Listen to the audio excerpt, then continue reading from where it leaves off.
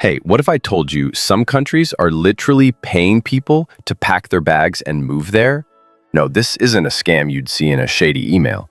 Real places like small towns in the US, rural Italy, or parts of Japan are offering cash, free houses, or tax breaks to new residents.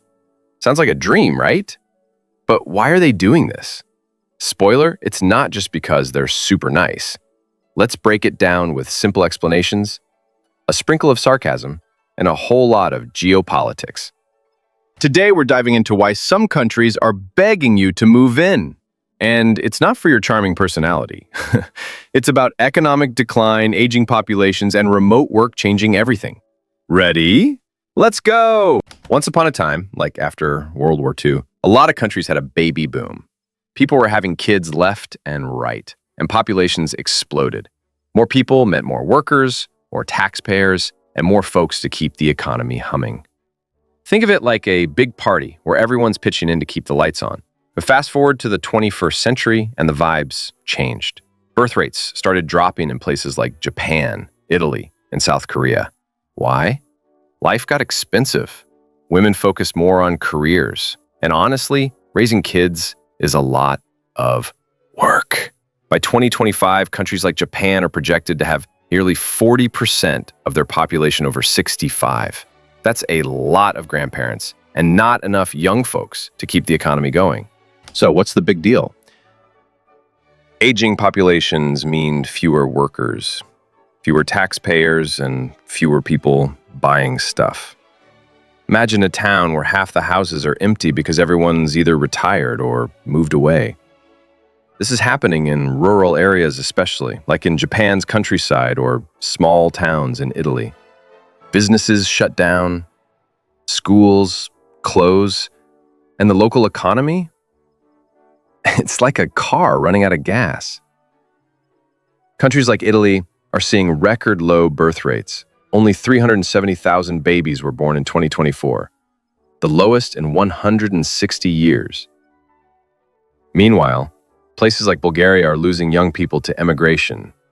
They're moving to richer countries for better jobs. This creates a vicious cycle: fewer workers, less money, weaker economy.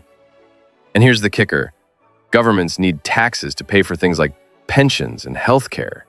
With more old folks and fewer workers, they're in a pickle. It's like trying to bake a cake with half the ingredients. Good luck with that. So who's involved? First, we've got the countries with shrinking populations. Japan's like, "Help! Our cities are turning into retirement homes." Italy's saying, "We need 500,000 babies a year or our economy's toast." Then there's the US, where small towns and places like Oklahoma or West Virginia are losing people to big cities. On the other side, you've got you, the potential mover. Thanks to remote work, people can now live anywhere with decent Wi-Fi. In the US alone, 22 million people work from home full-time in 2025. Countries and towns see this as their golden ticket. They want your skills, your taxes, and your coffee shop orders to keep their economies alive. Oh, and don't forget local businesses. They're cheering for new residents because more people means more customers. It's like inviting new players to a game that's running out of teammates. So what are these places doing? They're offering incentives. Fancy word for free stuff. In Tulsa, Oklahoma, they're giving remote workers $10,000 to move there. And it's working. Every dollar they spend brings $4 back to the local economy. In West Virginia, you can get $12,000 if you move and stay for 2 years. Over in Europe, Italy's small villages are offering cheap houses, like €1 houses. The catch? You gotta fix it up. Portugal's gone all in with digital nomad visas, making cities like Lisbon a hotspot for remote workers. Even Japan's throwing in tax breaks and grants to get young people to rural areas. Why now? Remote work's a game changer. People don't have to live near their jobs anymore, so countries are like, come live here instead. It's like a global game of musical chairs, and they're desperate to fill the seats. So, what happens next? If these programs work, small towns could get a second life. New residents bring money, skills, and maybe even babies, which could slow down the aging population problem. Tulsa's already seeing a boost. Imagine that happening worldwide. But there's a flip side. Some locals worry new folks will drive up prices or change the vibe. It's like inviting a new neighbor to your barbecue, but they bring their own weird sauce. Plus, not everyone stays. Some grab the cash and leave. Long term, countries might need bigger fixes, like better childcare or higher wages, to get people to have more kids. Immigration could help too. Japan's slowly opening up to foreign workers. But it's a tough sell in some places. So, there you have it.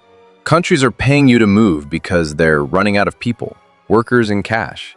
It's a wild plan to save their economies, and remote work's making it possible. But will it work, or is it just a band-aid on a bigger problem? What do you think? Would you move to a new country for a pile of cash? Drop your thoughts below. If you enjoyed this dive into why countries are throwing money at you to move, hit that like button and subscribe for more explainers. Want us to cover another wild global topic? Tell us in the comments. See you next time.